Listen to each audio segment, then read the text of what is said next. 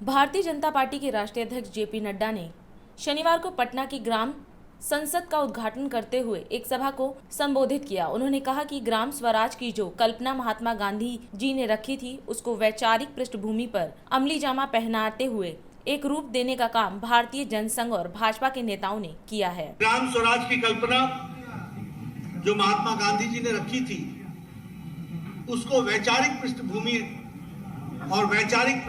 पर उसको अमली जामा पहनाते हुए एक रूप देने का काम किया है, तो वो भारतीय जनसंघ और भारतीय जनता पार्टी के नेताओं ने किया है। ये मुझे चर्चाएं बहुत हुई। कभी कांग्रेस पार्टी ने कोऑपरेटिव फार्मिंग की बात की, कभी कांग्रेस पार्टी ने कलेक्टिव फार्मिंग की बात की, लेकिन किसान, गांव, गरीब की अंतरात्मा को पहचानने का जो विषय आया, उसमें कहीं ना कहीं उनकी सोच सतही तौर पर रह गई और गांधी की कल्पना ग्राम स्वराज की, उसको साकार करने में वो असमर्थ रहे।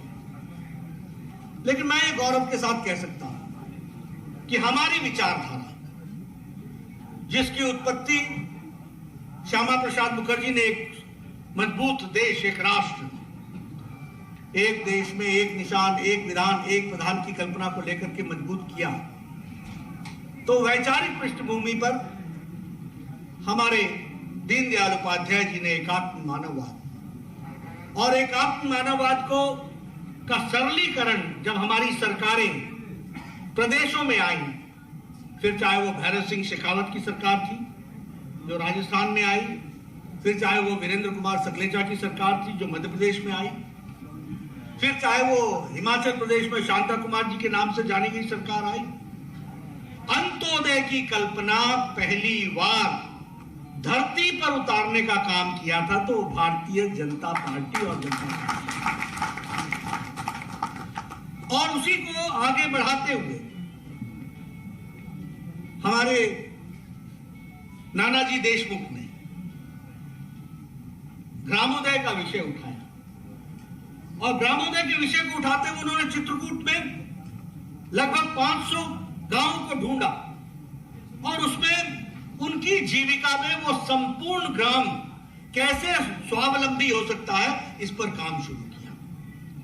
और आज मैं जितने भी यहां ग्रामीण परिवेश से आए हुए लोग हैं, मैं उनसे जरूर निवेदन करूंगा कि वो चित्रकूट जाएं और देखें कि गांव का नानाजी देशमुख ने कैसे कायाकल्प किया, कैसे संपूर्णता में उनको खड़ा किया, कैसे स्वावलंबी बनाया।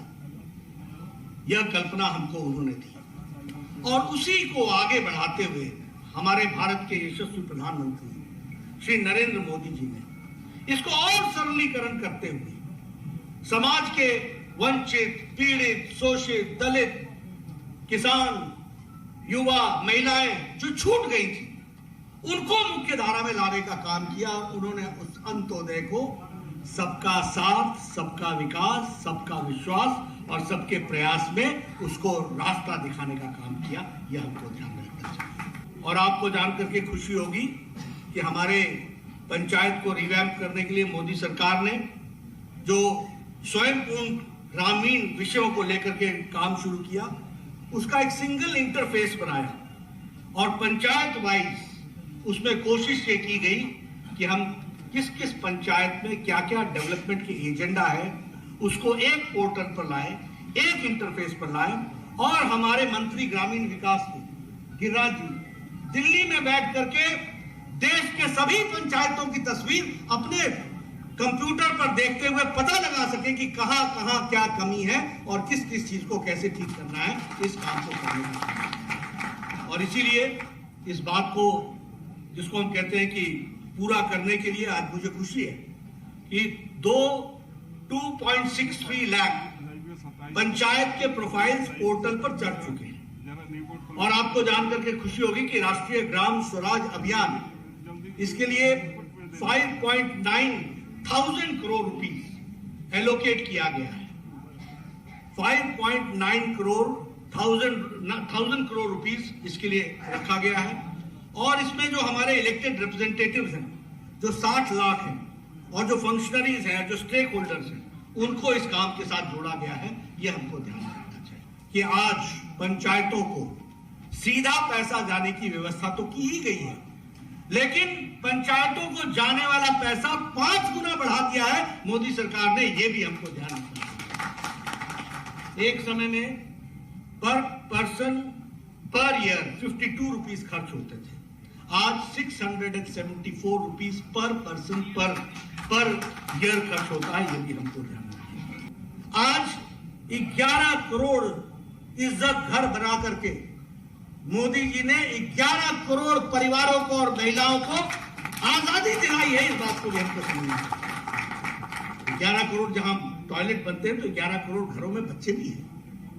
ये सब लोटा लेकर के राम मनोहर लोहिया ने पार्लियामेंट में कहा था, मुझे शर्म आती है कि कैसा भारत है, लेकिन उसको 11 करोड़ शौचालय इज्जत घर बनाने का काम प्रधानमंत्री मोदी जी ने किया। मुझे पूरा विश्वास है कि आप सब लोग इस ग्राम संसद में इन सारी चीजों की आप विश्लेषण भी करेंगे, चर्चा भी करेंगे, यथार्थ को अपने सामने रखने का प्रयास भी करेंगे और बदलते भारत में बदलते हुए गांव की तस्वीर में हम अपने आप को उसमें समावेश करेंगे, उसको साथ लेकर के चलेंगे।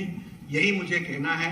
इन्हीं शब्दों के साथ आपने मेरी बात सुनी, बहुत बहुत धन्यवाद। और अधिक खबरों के लिए आप हमारे YouTube चैनल दैनिक इंडिया दर्पण को अभी सब्सक्राइब करें और नोटिफिकेशन के लिए बेल आइकन को प्रेस करना ना भूलें।